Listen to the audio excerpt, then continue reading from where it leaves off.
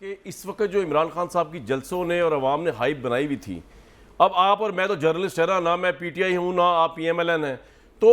اب یہ جو کل جو واقعہ ہوا ہے کہ جس طرح لوگ اس طرح جوش و ولولے سے آپ بھی کہہ رہے ہیں نہیں نکل سکے اور آپ کے خیال میں دھرنا، میری تو خبر کچھ اور تھی لیکن آپ کہہ رہے ہیں کہ اس وجہ سے ہی پوسٹ پون ہو گیا کہ جی وہ عمران خان صاحب کو آگے عوام کا سمندر نظر نہیں آیا تو انہوں نے کہا میں نیکسٹ ٹائم لے کے آؤں گا. تو سر اس سے پولیٹیکل امیج پاور کا جو ایک پرسیپشن تھا عمران خان صاحب کا اس پہ ڈینٹ ڈلا ہے کل کے واقعے آج کے واقعے پہ جو دھرنا نہیں دے سکے وہ یا عوام نہیں نکلی اس طرح؟ نہیں میں آپ نے جو کہا آپ کی خبر میں نے کہا 19-20 کے ساتھ ٹھیک ہے، بیک ڈور پہ مذاکرات ہو رہے ہیں اور مذاکرات حل ہے اور اچھی بات ہے مذاکرات ہوں. الیکشن پہ تحریک انصاف کیا اثر پڑے گا آج کے دھرنے کا جو انجام ہوا ہے، یہ سوال ہے میرا.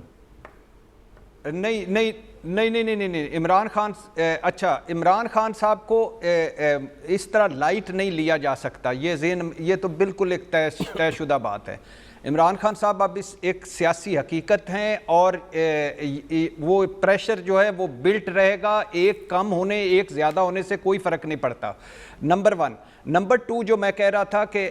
اب فار ایگزامپل آج جو قومی اسمبلی میں ہوا ہے، آپ اندازہ کر لیں کہ قومی اسمبلی کی کیا اخلاقی اہمیت رہ جائے گی کہ جس کے اپوزیشن لیڈر راجہ ریاض ہیں جو خود کہتے ہیں کہ 2023 میں میں نے مسلم لیگ کا ٹکٹ لینا ہے. آپ اندازہ کریں کہ ای وی ایم چلا گیا،